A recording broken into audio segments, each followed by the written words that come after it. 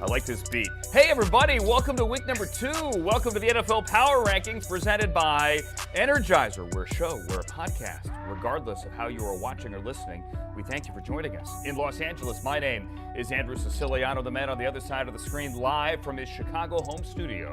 The man who puts together these Power Rankings, now available on NFL.com. That's Eric Edholm. Good day to you, sir. Good day to you. It's an exciting week. Got lots to talk about. How was your week 1 mailbag? Have you changed your home address yet, or tried to make your number unlisted? Are you okay? You just said I lived in Chicago. You gave the cat out of the bag. I think everybody knows. Chicago's now, a big right? place, so, dude. I'm in the. It is. At least narrows it down a little bit. No, I have not gone zero dark 30 yet, so I'm in good shape. People have been a little rough. Couple fan bases are giving it to me though. Who's the worst fan base so far? And by worst, I mean best. Yes, worst, best. I mean, these are my people. I grew up in New England. The Patriots fans this week, at least, have been giving it to me. They were very impressed, apparently, with a 3-point loss. It was a good effort, but came up a little short. Okay, so they are frustrated, and the fans in New York are just sad as we tape this on Tuesday morning. We'll get to the Jets and where they are in your new rankings coming up in a second. Eric, I think all of us just kind of feel heartsick for Aaron Rodgers and for the team, certainly. But this totally changes the face of the NFL season on so many levels. Absolutely. Toughest division, arguably, or one of them, certainly. I mean, the Jets pinned all their hopes on Rodgers. They've got a banner defense.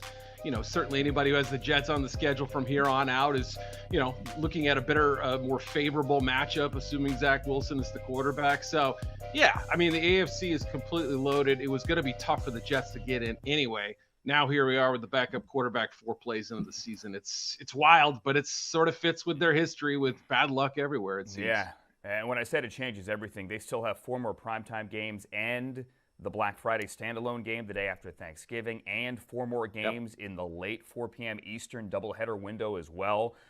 This does change a lot. We'll get to the Jets in a second. Let's get your top 8, however, on the screen.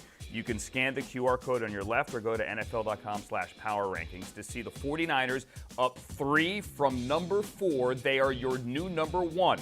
Kansas City lost on opening night. They're the 2, followed by the Eagles, who eked out that win over the disgruntled Patriots fans. Then you have the Dolphins at 5, the Lions, the Jaguars, and the Bills. The new number 1, the 49ers. We said this would be, Eric, the most physical game of the week. They went into Pittsburgh and punched a team in the mouth that had been all through a Mike Tomlin training camp punching each other in the mouth. Yeah. How's my Steelers pick looking? Not too good, I would say. Yeah, I thought the Steelers would give them an excellent game. Thought maybe the 49ers kind of, get going a little bit slowly in this one. Not to be the case. Brock Purdy sent a statement, I thought, and, just everybody kind of questioning, is he back fully from the elbow? Did they manage this thing right? I think they did, all right? Christian McCaffrey was superb. Brandon Ayuk had a terrific game. And, oh, by the way, that defense, yeah, they lose to Miko Ryans, but Steve Wilkes did a fantastic job. As you said, being the aggressors physically in Pittsburgh and dominating from the opening snap. If I had to pick one team that looked the best on both sides of the ball in week 1, this is it. That's why they're number 1. Yeah, and the 49ers now come to L.A. to face the Rams. We'll get to them a little bit later as well. They were certainly impressive week number 1, the win in Seattle. The 49ers have out-physicaled the Rams really for a number of years. Put aside the 2021 Rams Super Bowl win. Fascinating to see how it goes this week here at SoFi Stadium. The Chiefs at number 2, the Eagles at number 3. Time now for the Team of the Week presented by Truist Bank. That would be the team that you had going to the Super Bowl from the NFC. The Dallas Cowboys are up 2-4 after shutting out the Giants on Sunday night.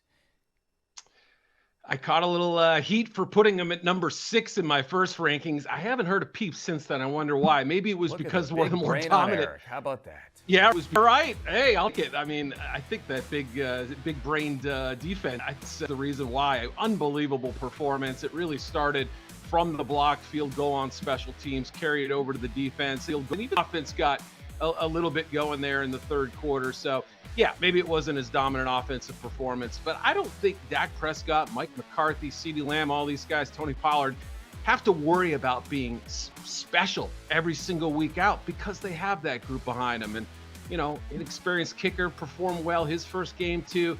Everything went according to plan. It was the same field conditions for both teams, so you can't use that as an excuse for how the Giants played. The Cowboys just dominated them from the start. That was pretty impressive stuff. They move on up. And now the Cowboys go home to face the Jets. And look, we'll get to them in a second. Obviously, their season has changed, but their defense did not. Fascinating on the Week 2 course correction, which we always see, right? People come down to earth a little bit. What does Dak and what does this offense do this week against what we saw Monday night from the Jets defense? That, to me, is something to watch. You have the Cowboys at 4. You have the Dolphins now at 5, Eric. I love what they did offensively. Are you not concerned, however, with giving up 200 yards on the ground to a team that has never shown any dedication to running the football? It might be a different year for the Chargers. They do seem like they're going to do that this season, but it's a fair question, Andrew, right? You see that number, it pops out. Sure, you hold Justin Herbert under his average and all that and keep those receivers relatively in check. But I think it sort of speaks to what Vic Fangio wants to do as a defensive coordinator. He doesn't mind you running on him, right? As long as they're not those 20-yard explosive plays, et cetera. He'll give up 4 or 5 yards a clip if it means you're not throwing the 4-yard ball with your star quarterback. It's a trade-off, and I think Vic's defense still kind of getting used to his system. I assume they'll be better, but I thought their late stops kind of showed that, hey, even without Jalen Ramsey on this team till possibly December, they still have some playmakers on that side of the ball. So I'm not too concerned, but I am keeping an eye on it. It was so interesting because Brandon Staley is a Vic Fangio disciple, right? He went to LA, took it there with the Rams, took it across the street to the Chargers there. But it was the Dolphins defense, and look, they gave up plenty of big plays, that was seemingly more comfortable in Vic Fangio's scheme than the Chargers players who are now in it for year 3. I know J.C. Jackson missed a lot of time last year, most of the season due to injury, but he made a couple of boneheaded plays, cost them that field goal at the end of the second quarter with the crazy DPI. I don't know what you're thinking. And then he cost them again in the second half. He got the pick in the end zone, then brought it out and backed his offense back up. So, look, the Chargers, I think, are going to be good here, but the Dolphins were the better team. They are number 5. At number 6, how about the team that won on Thursday night? Time for Future Champs presented by FanDuel. The NFC North odds have, despite the Packers looking good with their victory in Chicago, has, Eric, your number 6 team now as a clear favorite to win that division. What a day it is, right? The NFL, right? One game can really make that big a difference. I think a lot of people felt like the Lions had a chance to win the division, but a lot of us just really needed to see it for our own eyes, right? They went out there on Thursday night, delivered an epic performance, and they've now got the little mini bye to kind of rest. And yet I think Dan Campbell's probably just waiting to get out there for the next game. Like he's itching a little bit, probably watch the Sunday and Monday games and everything, but it's such a young, exciting defense, right? They fixed that side of the ball, at least through 1 week. We saw Hutchinson take over in that game. We saw Brian Branch in his first game have a 50-yard pick six. So that's the really encouraging thing. Offense still kind of coming along. Only 2 big drives the other day. I think they'll be better once they get the ball in Jahmyr Gibbs' hands. You saw it, Andrew. I mean, even on limited touches, you could see what a difference this kid could make with an expanded role. They were 11 last week, so the Lions go up 5 to number 6. I'm with you on Gibbs. I also think, and I heard the same thing on Thursday night, why don't we get more from Jahmyr Gibbs? Well, David Montgomery right up the middle without Chris Jones, right? You're gonna run power. You're gonna run right at the Chiefs' weakness on Thursday night. Chris Jones is now back, but he wasn't there, and I'm all for running David Montgomery. The Lions are 6. The Jaguars are 7. They really didn't do much until the fourth quarter. They kicked it in. They beat the Colts. The Bills are down 5, Eric. They go from 3 to 8 after Josh Allen turns the ball over 4 times. He said, I'm not going to play hero ball. Said that in the offseason anymore. Or at least I'm going to try to pull that back. But he got out there. And give the Jets defense credit, especially that front 7. But you can't give the ball away 4 times on the road against that kind of defense. They go home now and get the Raiders. Yeah, it's so hard to place this team right now because obviously they came into the season like they did a year ago, Super Bowl expectations, right? People look at them. Obviously, the Week 1 win over the Rams last year was everything this game wasn't. It was, or sorry, the Thursday game in the opener last year. But yeah, it just felt like after that touchdown, when everything was going right, that was such a big statement. Wow, we're back. We have this thing rolling again. The next 35 minutes, they didn't enter the end zone. I don't want to put it all on Josh's shoulders because I think it is a team. I want to put effort up, and we need to see more from other players. But he said it, and I believe him. Right, those 3 turnovers and the other fumble that they recovered, those are mistakes you can't have happen consistently. I mean, it seems like every few weeks we're getting used to this type of game from him. So we're getting a dangerous place, and that window is maybe slightly closing, but they've got a chance to turn this thing around if they can get him right. And I understand that the first interception was, in essence, an arm punt, right? Sure. He just chucked it into the end zone, whatever. But the last one, the fumble, after the amazing Garrett Wilson touchdown catch, and that was sick. Yeah. I mean, that was one of those ones. You heard Joe Buck screaming and yelling. All of us, no matter where you were watching, chances are you had the same kind of guttural reaction. So the momentum turns there. The crowd now is back into it again. Zach Wilson's feeling himself. And what does Josh Allen do? He fumbled the snap. Oh, but then he picked it back up. He's fine. And then he fumbled it again. Steve Weich and I were doing NFL Game Day Final on the network. Steve made the point, it's almost as if he has the yips now. He wants to kind of like take control of games and like, oh, don't worry, you pile on my back. I'll get this done. And I think that's right. It's almost like he's got that mentality, but the yips are something, right? Some kind of trigger in his head where it's like mistakes happen more frequently in this zone. He said, I don't know what it is, but they've got to figure a way to get out of that zone. Hey, that said, he did at the end of regulation get him into field goal range, and Tyler Bass doinked it and sent it to overtime. But in the end, it's Xavier Gibson running it off. We have yet to reveal the New York Jets. Coming up next on NFL Power Rankings presented by Energizer. Where are your AFC East Zach Wilson-led darlings in the new rankings?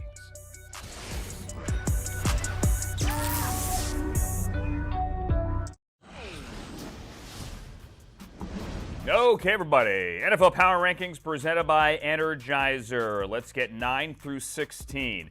The Jets are number 9, followed by the Ravens, the Bengals, the Chargers, and the Cleveland Browns are up 5. They're not the biggest mover, however.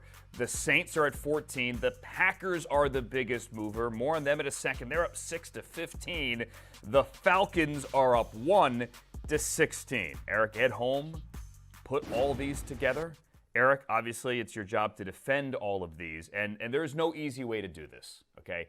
So philosophically, I think it's hard to accept for me that the Jets are now the 9th best team in football with Zach Wilson at quarterback. But I think the bigger question here is you have them up 2. You had them go from 11 to 9. How do you back up saying that, in essence, they're better now than they were a week ago? Yeah, they were probably the toughest team to slot this week. Now they kind of got held a little bit, and that the 2 teams ahead of them moved down, and so it was a little bit of a musical chairs type thing. But it was more of a respect pick than anything else. I'm willing to admit that there are probably more than 9 or 8 teams that are better than them at this point. Given the quarterback situation, they're obviously going to have to change things. Nathaniel Hackett's getting used to a new quarterback and Zach Wilson and all that. But at the same time, the way they banded together as a team in that game, down 10 points, able to come back without their starting quarterback, win the other, 2 fake plays, and at least play a stalemate on offense. I gave him a lot of respect for that. Robert Saleh could have hung his head. We all saw his expression after the Rodgers news entered his ear. But I think he did a great job of saying, all right, guys, let's show everybody we're more than just one guy here. It's what a coach has to do in that point. But I tell you what, I'm not ready to quit this team yet, Andrew. I get that 9 is probably a little bit more of a participation trophy at this point, but at the same time, I really believe that they are a good team at this juncture. Do you really believe that they're the 9th best team in football, or is this just hey, I got to put them here because that's how the board fell?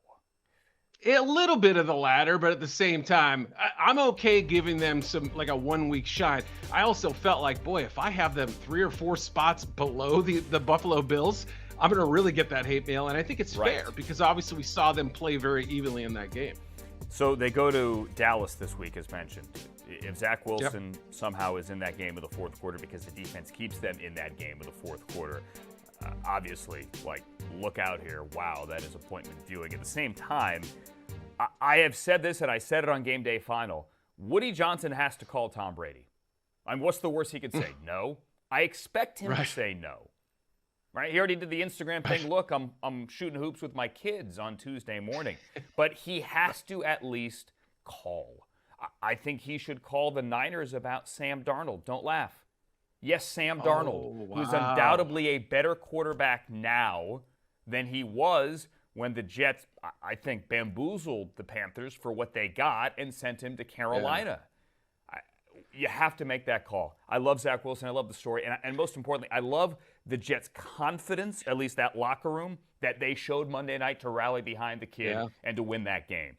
I just don't think it's sustainable over the next 17 weeks, over 4 more primetime games and a Black Friday game and 4 games in late 4 o'clock Eastern time, doubleheader, the world is watching windows. I just can't see it. But I commend you for being bold, Eric, at home, and for keeping them at number 9 and actually moving them up from number 11. The Ravens are 10. Your new number 11 team got whooped. That's the Cincinnati Bengals. They were beaten by the Browns. A lot of people said, oh, I'm so surprised. You shouldn't be surprised. I told you the Browns were going to win. Now, admittedly, Eric, I didn't think they were going to win by 3 touchdowns. Right. Yeah, it was a tremendous defensive performance. Anyone who watched that knows that Jim Schwartz deserved to get the game ball, and the 11 guys who started and everybody after that. I didn't see too many weaknesses on that side of the ball, at least in that first game. The Browns have had a formula, no matter who's coordinator, to beating Joe Burrow lately. So, there's a little bit of a context there. We know Burrow had the injury last year, didn't play well. They started out last 0-2, offensive line struggled. So we're repeating a lot of the same themes that we've seen in recent years. At the same time, it was such a bad performance for Burrow in the offense. T. Higgins, 8 targets and no catches. Some of them weren't even close. To the point where I said, I've got to punish him, right? And the Jets giving the boost, that's one end of the spectrum, right? Now the Bengals being kind of over-punished here, maybe, perhaps. But right now, you have to consider these major concerns. I didn't think they played well at all, and I'm taking it to them for it a little bit. Joe Burrow threw for 82 yards. 82 yards. He had over 30 attempts. He didn't throw an interception. That was an historically low number of passing yards in the top 5 of all time for guys with 30 or more attempts without throwing an interception. The Browns got after him. And the Browns have owned Joe Burrow. Yep. And that's not an exaggeration here. He came in averaging 295 passing yards against them in his career, but a lot of those were garbage yards late. Regardless, the Bengals are down 6. They go from 5 to 11. Then you have the Chargers at 12. You have those Browns at 13. And how about a team making a power move presented to you by Energizer, up 6, the opposite here of the Bengals. The Green Bay Packers are up 6 because they whooped the team in your backyard and are now 15, Eric. Maybe this is an overcorrection. I heard from Packers fans week 1, 21st. Are you kidding me? We're better than that, right? You'll see week 1. I sure did. I mean, look, the first half was a relatively evenly played game. I still thought the Packers were a little better. And the second half, they turned it on. It was Jordan Love. It was Aaron Jones. It was those young defensive players they've drafted the last couple years, getting returns on those picks. I thought that was terrific. Thought Matt LaFleur outcoached the Bears coaching staff as well. There were just so many phases of this game that made you think Green Bay still owns the Bears, right? Aaron Rodgers transferred ownership over to Jordan Love, apparently, right? So I just felt like they looked like a complete football team. We saw earlier not quite as much national respect as the Lions are getting to win the North, but I think a lot more people opened their eyes, saw, look, this is a good Packers team. They're going to be competitive this year. And Jordan Love has them ringing, especially on 3rd and 4th down. They were great. Yeah, and I think that's the key here. Because I tweeted during the game, hey, Jordan Love, everybody, on that 4th down play where he hit Aaron Jones. Yeah. And Jones sprinted to the end zone, eventually grabbed his hamstring there.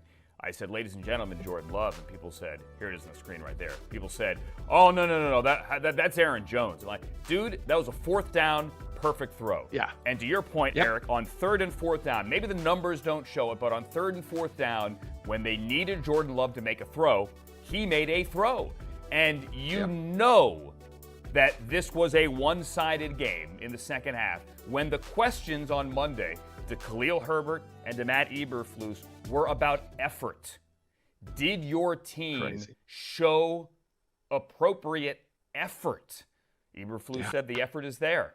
Okay, but this was, and tip of the cap to Kyle Brandt here. He said this all summer on Good Morning Football. As big a Bears game for that fan base in years. And they laid an egg. It was shocking to see them lay down. Packers fans came in, enjoyed their win, got out of town, and it's the same as it used to be. It has to be very, very frustrating. Not only the fans, but also the new management, the new coaches, and everything. They have to get this thing right and figure out what Justin Fields is or isn't this year. This is the year to do it with all the draft capital they have next year. We are halfway home. We have yet to reveal the Bears. Here's a hint. We're not going to reveal them anytime soon. But coming up on NFL Power Rankings presented by Energizer, 17 through 32. The rest of the list, don't go anywhere.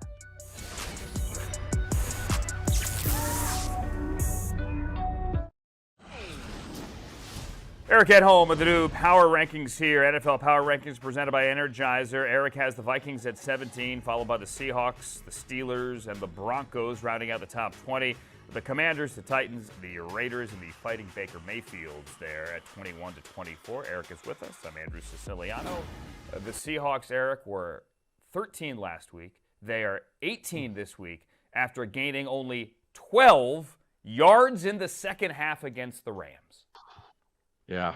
Well, you spelled it out right there. I mean, a dismal offensive performance and also losing both starting offensive tackles in the game. I mean, adding injury to insult, I guess, if you will. And yeah, it was just shocking. I mean, Geno Smith had, pressure in his face, as you see here, just wasn't getting those clean pockets, especially after the backups were in there at tackle. So they got a problem. I mean, they've signed Jason Peters, 41-year-old Jason Peters, to the practice squad. I don't think that's going to be a solution, so you hope for good health from these guys. But also defensively, they didn't turn in a good afternoon. They let the Rams kind of dictate the pace of play, power runs inside, dicing them up with the pass game. It just was not the kind of week one performance I expected, especially after such a strong year last year making the playoffs. And yeah, this was not the team I thought I'd see on Sunday. And now the Seahawks have to go to Detroit to face a very good and a very well-rested Lions team. Let's get some other numbers in here. We showed you 17 to 24. We have the Patriots at 25, followed by the Rams, the Panthers, the Giants, the Bears, the Colts, the Texans, and the Arizona Cardinals, who fought but could not beat the Commanders. The Rams were 30. Eric, some quick hitters. Let's go to them first. They move up 4 to 26. Yeah, I got to give them some respect, right? They went up to Seattle and turned in a terrific performance without Cooper Kupp. Who needs Cooper Kupp when you have Puka Nacua, after all, right? A tremendous debut from him. They ran the ball almost 40 times. So I really like the approach there. Covered up a defense that just doesn't have a lot of names outside Aaron Donald. What about number 28? My biggest dropper of the week, the New York Giants, dropping 9 spots. And man, I was tempted to go further. I don't think they're quite that bad. This was just a brutal performance from Daniel Jones, the offense. Defense, respectable, at least competitive. But, yeah, so many questions on that side of the ball. And a lot of questions with the Bears, dropping 3 spots to number 29. Look, Chicago fans thought this was the game where they could send a statement not only to Green Bay, but also to the rest of the NFL that Justin Fields is getting better. Our coaching staff knows what it's doing. The defense has improved. Andrew, I had trouble finding evidence of any of those things right now. That's why they fell to number 29. And the Bears have to go to Tampa to face the Fighting Baker Mayfields and the Buccaneers. The Giants, a chance for redemption. They go to Arizona to face Josh Dobbs. And the Cardinals, obviously, it's far easier said than done. The Cardinals actually fought and hung around in Washington before Sam Howell made some plays, and that defense stepped up in the second half. Eric, this is fun. Have you had fun? It is. Okay. I've had a lot of fun. Nice I was expecting this to be painful. Not today. Be nice to Eric. You can find him on Twitter, by the way, if you want to send him a message. We're going to be here every week. It's a podcast. It's a show on the NFL channel. Join us every week. Find us where you download your podcast or watch us on the NFL channel for Eric, I'm Andrew. So long.